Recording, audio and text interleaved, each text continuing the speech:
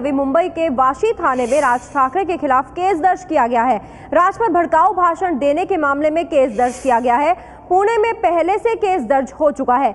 वाशी में ही राज ठाकरे ने बयान दिया था कि कोई टोल टैक्स मांगे तो उसे मारो। राज के बयान के बाद महाराष्ट्र के कई टोल नाकों पर तोड़फोड़ हो चुकी थी। उसके बाद अब ये केस दर्ज किया गया है। एबीपी न्यूज संवाददाता गणेश ठाकुर से बात करते हैं। गणेश, एक और केस राज ठाकरे के खिलाफ दर्ज।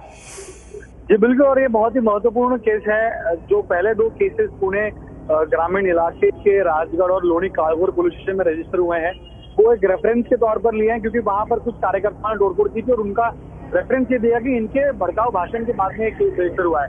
लेकिन यहाँ पर सीधे सीधे राज ठाकरे के खिलाफ भड़काऊ भाषण देने का केस रजिस्टर हुआ है और ये उसी पुलिस स्टेशन में पड़ता है जहाँ 26 जनवरी को शाम के वक्त जब राज ठाकरे ने एक हॉल के अंदर ये भाषण दिया था, जिसमें राज ठाकरे ने सभी को ये कहा था कि टोल नहीं भरे, टोल भरने के लिए या कोई टोल वसूलने आया तो उसको तोड़े। तो ये भड़काऊ भाषण का मामला रजिस्टर किया है।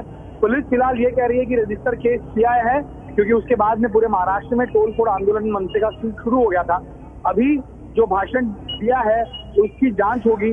जांच में अगर प्रोवोकेटिव स्पीच की बात आती है, भड़काऊ भाषण की बात आती है और ये साबित होता है लीगल एंगल्स में कि राज ठाकरे के भाषण के बाद में ही पूरे महाराष्ट्र में मनसे कार्यकर्ताओं की तरफ से तोड़फोड़ हुई और क्या राज ठाकरे ने सिर्फ भाषण नहीं दिया और भाषण देने के बाद में क्या अपने कार्यकर्ताओं को कोई आदेश दिया है, इसकी भी जांच होगी। और अगर ये सारे लिंक साबित होते हैं तो राज ठाकरे की गिरफ्तारी भी संभव है।